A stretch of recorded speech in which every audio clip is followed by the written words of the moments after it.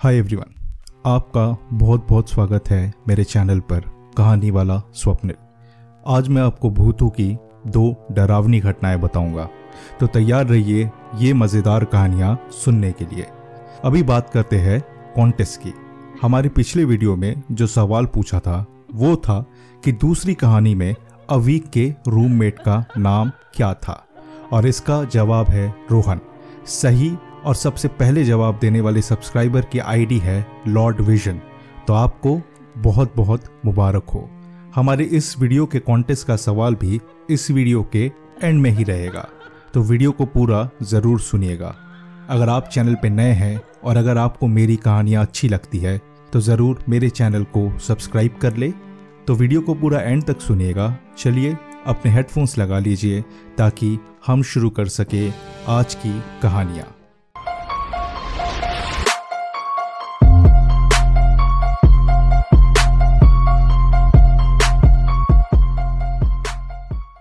मेरा नाम कृतिका है और ये मेरी कहानी है। हो सकता है सुनने में आपको ये कहानी सच्ची ना लगे, मगर मेरे ऊपर जो गुजरा है वो बस मैं ही जानती हूँ। इस अनुभव ने मुझे सिखाया है कि हमें कभी भी किसी भी ऊपरी ताकत के साथ मजाक नहीं करना चाहिए, क्योंकि हमें नहीं पता ये चीज़ें कितनी खतरनाक हो सकती है।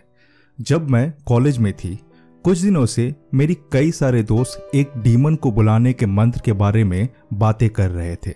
मुझे इन बातों पे तो ज़्यादा विश्वास नहीं था, मगर मैं उनकी बातों को ध्यान से सुनती ज़रूर थी। एक रात मुझे पता नहीं क्या सूझा, मैंने नहाते वक्त सोचा कि आईने के सामने क्यों ना उस मंत्र को पढ़ूं। मंत्रों को पढ़ने के बाद मैं कुछ देर तक इंतज़ार करती हूँ, पर कुछ नहीं होता। अब मैं बस बाथरूम से निकलने ही वाली थी कि मैंने आईने में देखा और आईने में मुझे लगा कि कुछ अजीब सी आकृति मुझे दिखाई देती है ठीक मेरे पीछे, और उसी वक्त मुझे एक आवाज आती है, तुम कैसी हो कृतिका? मैंने तुरंत घूम के देखा पर वहां कुछ नहीं था। पर मैं इस वाकये से इतनी ज्यादा घबरा गई थी कि मैं दौड़ते हुए बाथरूम से बाहर आती हूँ और अपने कमरे में चली जाती हूँ। मेरी माँ मेरे चीखने की आवाज़ सुन के आती है और मैं उन्हें बताती हूँ कि मुझे ऐसा लगा कि बाथरूम में कोई था। माँ ने पापा को आवाज़ दी और उन्होंने पूरे घर को ध्यान से ढूंढा, मगर कहीं भी कुछ नहीं था। माँ ने मुझे कहा कि हो सकता है मुझे यह आवाज़ ऊपर वाले फ्लैट से आई होगी और शायद मुझे स्टीम से ऐसे लगा होगा कि आईने में मुझे कुछ चेहरा दिख रहा है। इस घटना के बाद मेरे साथ उस घर में ऐसा कुछ नहीं हुआ। इसके 1 साल बाद हम एक नए घर में शिफ्ट होते हैं, यानी एक नए अपार्टमेंट में। पता नहीं मुझे क्या सूझा, पर एक दिन अचानक मुझे फिर से ये लगा कि आज मुझे वो मंत्र फिर से पढ़ना चाहिए। मैं बता दूं, इस मंत्र को आईने के सामने ही पढ़ना पड़ता है, तो इस बार मैं ये अपने बेडरूम के आईने के सामने पढ़ने का सोचती हूँ। मैंने रात को आईने के सामने कैंडल्स जला के इस मंत्र को पढ़ा, पर जैसे मुझे लगा वैसे कुछ भी नहीं होता है। अगले दिन सुबह मैं उठ के अपने दिन का काम चालू करती हूँ। दिन भर कॉलेज और अपना काम करके मैं रात को खाना खा के अपने दोस्त से फ़ोन पे बात कर रही थी और अचानक मुझे मेरा नाम सुनाई देता है। मैं बात करते करते रुक जाती हूँ और अपने दोस्त से पूछती हूँ क्या उसने मेरा नाम सुना। वो कहता है कि उसने तो कुछ भी नहीं सुना। मुझे अचानक कमरे में बहुत ही घुटन सी महसूस हो रही थी और मुझे ऐसा लग रहा था कि मेरे कमरे में कोई है और कोई है जो मुझे देख रहा है। तभी अचानक मुझे मेरे कान में फिर से एक आवाज़ आती है और मुझे सुनाई देता है, कृतिका तुम कैसी हो? पहले की तरह मैं बहुत घबरा जाती हूँ और दौड़ के अपने कमरे से बाहर निकल जाती हूँ। मैं अपने माँ और पापा को ये बात बताती हूँ और उस रात मैं उनके कमरे में ही सो जाती हूँ।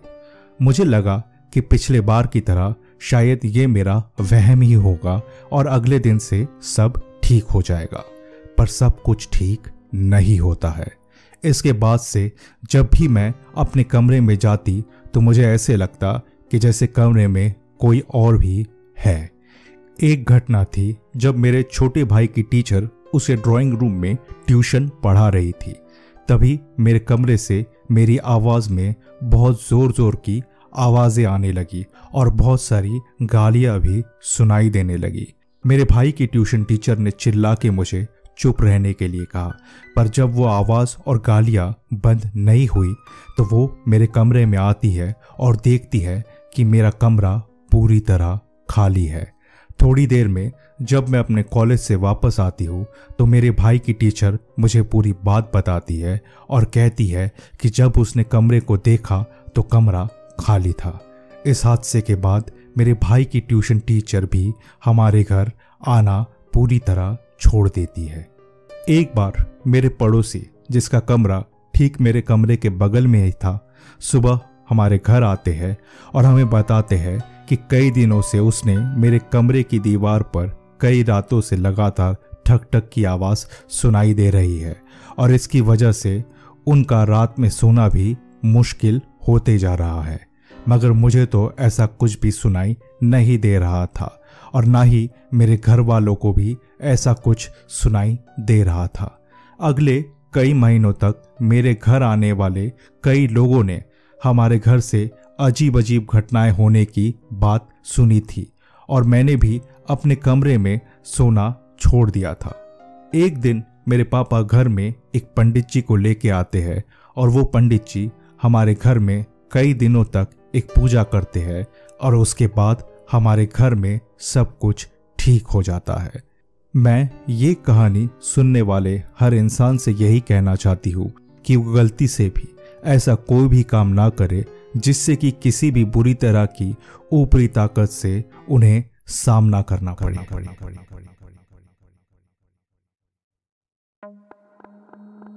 आइए सुनते हैं आज की दूसरी कहानी। मेरा अनुभव अनुभव है और ये मेरे गांव की कहानी है। मेरा गांव राजस्थान के सवाई माधोपुर जिले में है। ठंडी का महीना था, बाहर घना अंधेरा था और मैं अपने बिस्तर पे कंबल ओढ़ के सो रहा था। मुझे नींद नहीं आ रही थी। भले ही मैं बहुत ज़्यादा थका हुआ था, पर आज पता नहीं क्यों मुझे नींद नहीं आ रही थी। मैं थका हुआ था, मेरी आंखें दुख रही थी और कंबल के अंदर मुझे बहुत अच्छा महसूस हो रहा था, पर मेरा दिमाग जैसे कुछ और ही सोच रहा था। मुझे बस किसी तरह से भी नींद नहीं आ रही थी। मैंने अपनी आंखें खोली और क्योंकि मैं बोर हो रहा था तो मैंने अपने कमरे में चारों तरफ नज़र दौड़ाई। कमरे में मुझे मेरा वही पुराना और जानकार सामान दिखा, पर हाँ, क्योंकि इतना अंधेरा था तो मुझे एक अजीब सा एहसास भी हो रहा था। मेरी अलमीरा 3 डोर की थी और इसमें से उसका बीच का डोर जो था वो ज़रा सा खुला हुआ दिख रहा था। अंदर एकदम घुप अंधेरा था। मैं हमेशा ही अपने अलमीरा के दरवाजे बंद रखता हूँ, पर पता नहीं इस बार कैसे ये दरवाज़ा खुला रह गया होगा।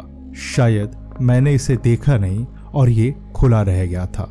पर इस वक्त मैं इतना थका हुआ था कि मुझ में और हिम्मत नहीं थी कि मैं उठ के अब इस दरवाजे को बंद करूं। मेरी अलमीरा के ऊपर की जगह में अपने ना इस्तेमाल करने वाली चीज़ों को मैं रखा करता था, यानी जो सामान मैं रोज़ इस्तेमाल नहीं करता था वो वहाँ पे रखा जाता था।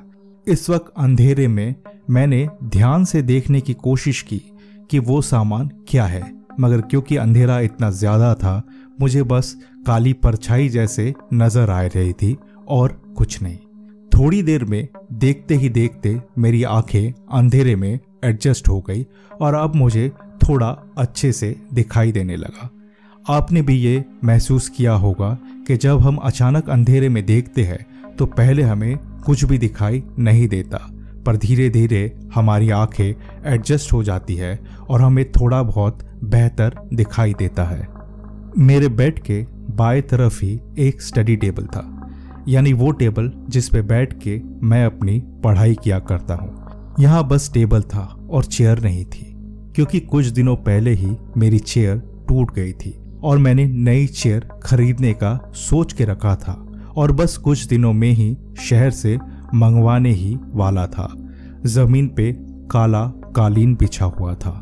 हमारे यहाँ पे ठंडी के मौसम में जमीन पे कालीन बिछा दिया जाता है ताकि इससे कमरे में गर्मी बनी रहे। मैं ध्यान से देख रहा था और मुझे ऐसा लगा कि कालीन पे किसी तरह का कोई जीव बना हुआ है। मतलब ये कि कोई डिज़ाइन था या क्या, मुझे समझ नहीं आ रहा था, पर मुझे ऐसा लग रहा था कि कालीन पे कोई अजीब सा जीव है और वो मुझे ही देखे जा रहा है। क्या मुझे भ्रम हो रहा था? मुझे पता है अगर इंसान की नींद सही से ना हुई हो तो उसे ऐसी अजीब अजीब चीज़ें दिखाई देती है जो कि वहाँ नहीं होती है। मैंने भी सोचा कि मुझे ज़रूर नींद ना आने की वजह से ऐसा भ्रम हो रहा है। मैंने फिर से अपनी आंखें बंद की और सोने की कोशिश की, मगर फिर से मुझे नींद नहीं आ रही थी। मैं आंखें तो बंद करके था पर सोया नहीं था। कुछ देर बाद मैंने अपनी आंखें फिर से खोली और उस अलमीरा की तरफ देखा। अचानक मैंने देखा कि इस बार बीच वाला दरवाज़ा पूरी तरह से खुला हुआ था। मैं थोड़ा चौंक जाता हूँ। आखिरी बार जब मैंने देखा था तो ये दरवाज़ा ज़रा सा खुला हुआ था, ना कि पूरा। पर फिर मैंने सोचा कि ये भी मेरे नींद ना आने का एक दुष्प्रभाव होगा, यानी साइड इफेक्ट होगा। वैसे मुझे इस बार अलमीरा के अंदर कुछ गोल गोल सा दिखाई दे रहा था। मुझे लगा ये ज़रूर मेरे कपड़े या फिर ऐसा ही कुछ होगा। मेरी नज़र अलमीरा के ऊपर गई और इस बार मुझे जो दिखा वो भी बहुत अलग था। पिछले बार अंधेरे में मैंने जो सामान देखा था वो इस बार वहाँ नहीं था। इस बार जैसे कुछ दूसरा ही सामान वहाँ पे रखा हुआ था। मैं इसे भी नींद न आने का साइड इफेक्ट ही सोच रहा था। मेरी नज़र घूमी नीचे की कालीन की तरफ और इस बार मुझे वहाँ पे किसी तरह का जीव दिखाई नहीं देता है। मेरा टेबल पूरी तरह से खाली था और मैंने हंसते हुए सोचा कि ये सब मेरा भ्रम ही है और नींद न आने के कारण मुझे पता नहीं क्या क्या दिखाई दे रहा है। मैंने फिर से अपनी आंखें बंद कर ली और सोने की कोशिश करने लगा। तभी थोड़ी देर में मुझे एक आवाज़ आती है और मेरी आंखें झट से खुल जाती है। यह आवाज़ मेरे कमरे के अंदर से आई थी। मैं भले ही सोया नहीं था और मुझे लग रहा था कि मुझे देखने में भ्रम हो रहा है, पर यह आवाज़ मेरे कमरे के अंदर से ही आई थी, इतना मुझे पूरी तरह से यकीन था। घबराहट में मैंने पूरे कमरे को अच्छे से देखा। वैसे तो मुझे कमरे में कुछ नहीं दिखा, पर मुझे यह एहसास हो रहा था कि कुछ तो गलत है और इस वजह से मुझसे मेरी आंखें बंद नहीं हो रही थी। मैं अब किसी बूढ़े आदमी की तरह धीरे धीरे अपनी कंबल को हटाता हूँ और अपने बेड पे उठ के बैठता हूँ। मेरे कमरे की लाइट का स्विच मेरे पास ही था और मैं बस उसे जलाने ही वाला था कि मेरे अंदर से एक आवाज़ आती है और वो मुझे स्विच ऑन करने से मना करती है। मैंने सोचा ये क्या बकवास है, ये मेरा घर है, ये मेरा कमरा है, मुझे किसी से घबराने की क्या ज़रूरत है। मैंने लाइट को ऑन किया और कमरे में पूरा उजाला हो जाता है। आपने ये तो महसूस किया ही होगा कि घुप अंधेरे से आप जैसे उजाले में जाते हो तो आपकी आंखों में थोड़ा दर्द होने लगता है। मुझे भी वैसा ही दर्द हुआ और मैंने अपनी आंखें बंद कर ली। फिर लगभग 30 सेकंड के बाद मैंने अपनी आंखें धीरे धीरे खोली और कमरे के चारों तरफ देखा। जैसे कि मैंने सोचा था, कमरे में कुछ भी नहीं था और मुझे राहत भी हुई ये देखकर। पर मैंने सोचा कि अब फिर से मुझे सोने के लिए कुछ नहीं तो आधे घंटे का इंतज़ार करना पड़ेगा, क्योंकि मेरी नींद पूरी तरह से उड़ चुकी थी लाइट जलाने से। मैंने कालीन पे, अलमीरा में, अलमीरा के ऊपर, टेबल पे, हर जगह अच्छे से देख लिया था और वहाँ कुछ भी नहीं था। मैं खुद ही पता नहीं क्यों ये सोच रहा था। मैंने जैसे ही लाइट बंद करने के बारे में सोचा कि तभी मुझे एक ख्याल आता है। इस बार अलमीरा के बीच का डोर पूरी तरह बंद था, मगर मैंने तो इसे पूरी तरह खुला हुआ देखा था और तब मैं सोया हुआ भी नहीं था कि मुझे ये सपने में दिखा होगा। मुझे यकीन था कि मैं जगा हुआ था और अलमीरा का डोर मुझे पूरा खुला हुआ दिखा था। मैं बेड से उठ के अलमीरा के पास जाता हूँ और जब वो दरवाज़ा खोलता हूँ तो अंदर सब कुछ ठीक था। मतलब मेरे कपड़े थे बस, और कुछ भी अजीब नहीं था। अब मैं भी थोड़ा इरिटेट हो रहा था कि मुझे बेकार ये ऐसे भ्रम हो रहे हैं जो कि मेरे दिमाग को खराब कर रहे हैं इतनी रात को। और तभी मैं बेड पे चढ़ के लाइट बंद करने जाता हूँ और तभी मुझे फिर से एक ख्याल आता है कि कहीं ऐसे तो नहीं कि मेरे बेड के नीचे कुछ हो, कोई शैतान जो मुझे ये सब करवा रहा है। अब मैं बेड के ऊपर था और मुझे ये देखना था कि मेरे बेड के नीचे तो कोई मॉन्स्टर नहीं है। मैंने एक बार में नीचे देखा और मुझे कुछ भी दिखाई नहीं दिया। बेड के नीचे काला अंधेरा था और कुछ भी नहीं था, बस मेरी चप्पल और एक सूटकेस था और इसके अलावा कुछ नहीं था। मैं इस सारी कश्मकश में ही था कि मेरे कमरे में मेरे दादाजी आते हैं और मुझसे थोड़ी देर बात करते हैं। वो मुझे कहते हैं कि सो जा बेटे, फिर कल सुबह उठ के तुम्हें स्कूल भी तो जाना है। और ये कह के वो मेरे कमरे से चले जाते हैं। अगले दिन सुबह मेरी नींद 5 बजे खुल जाती है कि घर में किसी तरह का शोर हो रहा था।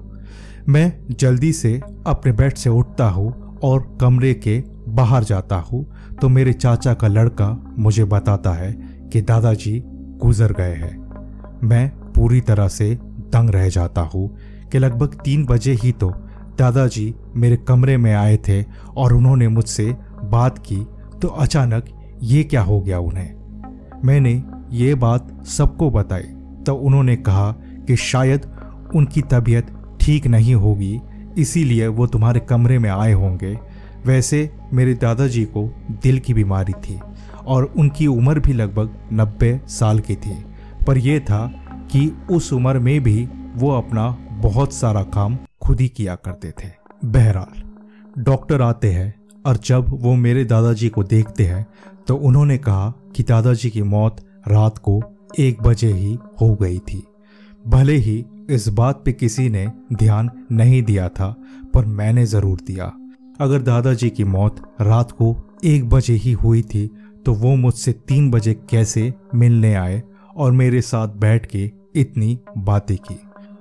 मुझे पूरी तरह यकीन है कि मैं ये सब सपना नहीं देख रहा था, बल्कि मैंने अपने दादाजी को देखा और उनसे इतनी देर बात भी की थी। मुझे ऐसे लगता है कि दादाजी एक आखिरी बार शायद मुझसे मिलने आए होंगे और ये भी हो सकता है कि उनकी मौत के बाद जो मुझे एक बेचैनी का एहसास हो रहा था, शायद वो तब मुझसे संपर्क करने की कोशिश कर रहे थे। वो अलमीरा का खुलना, वो कालीन पे कुछ दिखना, वो अलमीरा के ऊपर के डब्बे और वो आवाज़ आना अचानक, क्या ये सब मेरे दादाजी मुझसे कुछ कहने की कोशिश कर रहे थे? ये बात तो मुझे कभी पता नहीं चलेगी, पर इस घटना के बाद मुझे कभी भी दादाजी दिखाई नहीं दिए। आज इस बात को लगभग 4 साल हो गए हैं, पर आज भी मैं उनको बहुत मिस करता हूं।